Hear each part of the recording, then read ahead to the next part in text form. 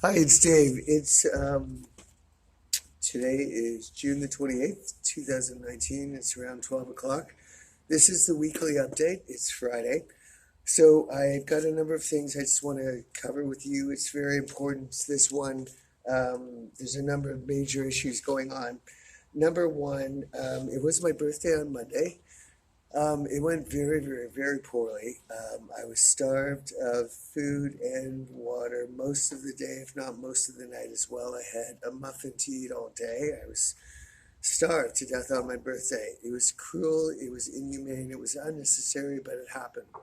The rest of the week was pretty much the similar starvation again, most of the days.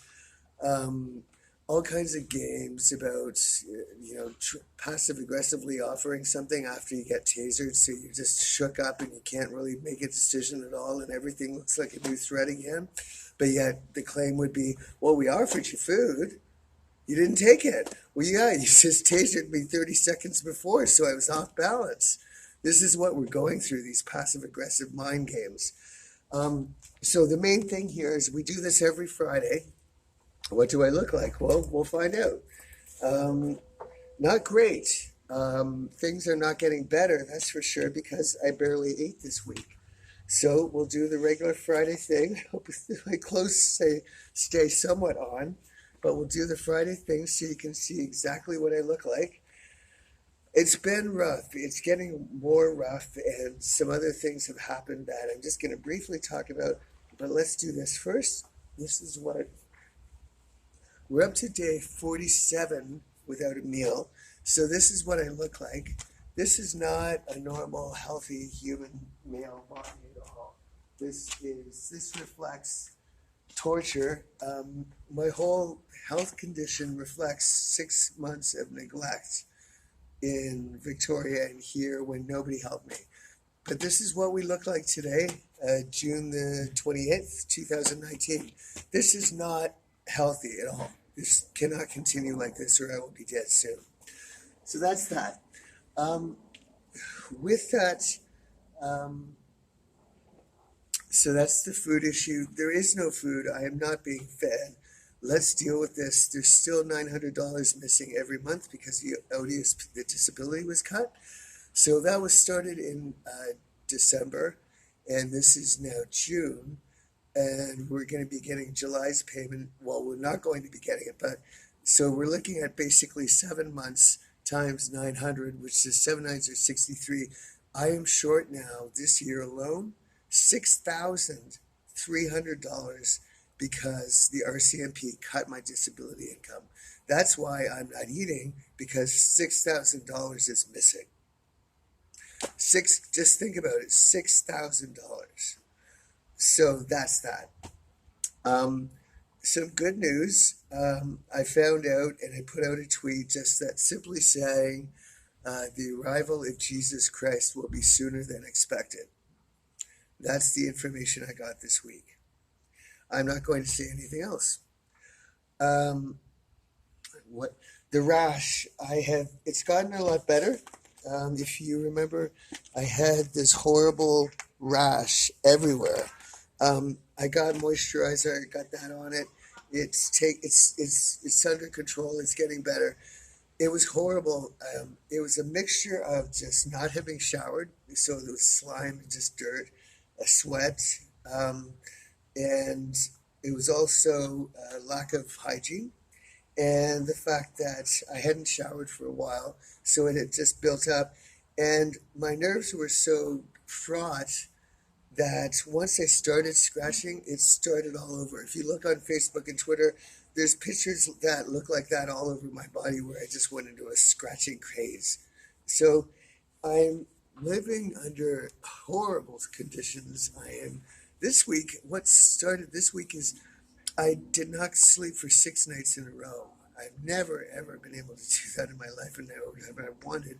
But here, I don't like sleeping here because I don't know what's going to happen when I go to sleep. It's like Freddy Krueger. When I go to sleep here, anything can happen to me. I'm not. So I try to stay up during the week at night and try to catch a few hours sleep in a park or something during the day. So that's that. I had written in key read number 2 about a bookend. Let me just say, if you go to the Google Docs drive and you go under file 102, it's called Key Reads. Key read number 2 talked about a bookend in my life. Basically, that Toronto police violence at the beginning of my life was now being mirrored a second time. So there was a bookend. And I questioned in 2013, is the bookend real or not? I got my final answer this week. The bookend is not real. There will never be another bookend. There was one at the beginning of my life, and there will never be another. The reason is because I saved the Toronto Police Service. I saved the Toronto Police. Had conditions not been put in motion to reveal what has been revealed, the Toronto Police in August, let me say here, in August of 2014, I met someone for lunch. That person worked at the Toronto Police. Near the end of the lunch, the person said, basically, there are two police forces here. One is good and one is bad, and they hate each other. The bad police were trying to set up the situation like Germany and America, big smear, long-lasting, multi-decade conditions where the good human police that were left over would carry the burden and the shame and the responsibility for what the bad police had done. And to top it all off, the public would not have known about this, that there was a difference between the two. So not only would the Toronto Police be ransacked forever about being murderous villains and murdering civilians, they'd also be carrying the shame that no one would know the truth, and they'd be suffering themselves for it, that they themselves were the cause of this. Forever, Toronto police were designed or deigned to, for decades to come, lower their heads on their way into work rather than raise them high, look at themselves as being dishonorable and shameful people who raped and savaged the citizenry of the country, but yet at the same time knowing that they had done none of that. That would be the predicament that was predicted and desired for the Toronto police. That predicament, that situation is no longer applicable, and I saved the Toronto police. There will never be a bookend of violence at the second part of, or any part of my life. There is no reason for it. There was a 20-year period where we had no interaction. There will be no bookend. That's good news. That situation is resolved. That's answered. The situation, my situation is highly threatening to my life. I am not eating. I am now not sleeping. I am constantly harassed. There's one final element, and this is important, but I'm not going to go into too much detail. I saw this week that Satan came into my family's lives in the early part of my life as a child. Satan was active in the violence and the problems that we had. I now see that Satan came and attacked my family. Like I had said, Satan attacked Germany and America. It was a plump feast ready for the taking. I had never seen that before, and now I do. It's a very personal time, and there's a lot of sadness because we all suffered so much. And it's time that I would like to spend with my sister, because she and I suffered tremendously, and we deserve to have some life together. We have suffered, my family has suffered tremendously for what took place in the plan of bringing us here. These jackasses, I need them out of my life because they're killing me. I have suffered for 6 years. It's time for Kelly and I to be together, and given what I've seen over the last week about Satan in our lives already at such an early age, Kelly and I just need to be alone and have everyone go away. You're not welcome at this point, any of you. You're not welcome. If any advice or assistance is needed, we'll talk to you. But this is a personal matter. You should have never gotten in the middle of our personal lives in the first place. You're not welcome now.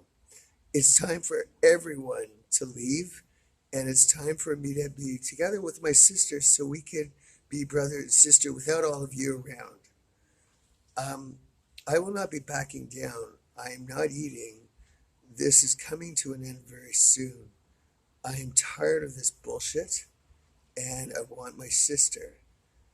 I think that's all I should say today because I want to make these fairly quick. But as you can see, there was a lot packed in. So Jesus is coming faster than anticipated. I need to get out of here faster than anticipated. And if I don't, I will be dead sooner than anticipated. It's Canada Day. I'm not really all that enthusiastic about Canada much these days. It starved me and treated me like shit, and I've been here for 3 years, so it's kind of betrayed me like Judas. I want to get the fuck out of here. You can have a happy Canada Day if you want. Mine's going to be pretty miserable. I'm glad to see this country go once and for all. I need to get out of here now. Justin Trudeau needs to own up to this and get some balls and be a man. There are a lot of other people that need to do that. I'm not willing to sit here anymore. If you keep me in here, be prepared for my death because I'm not kissing anybody's ass. I want to be out of here now. It's time for me to be with my sister and alone and not with any of you. Goodbye.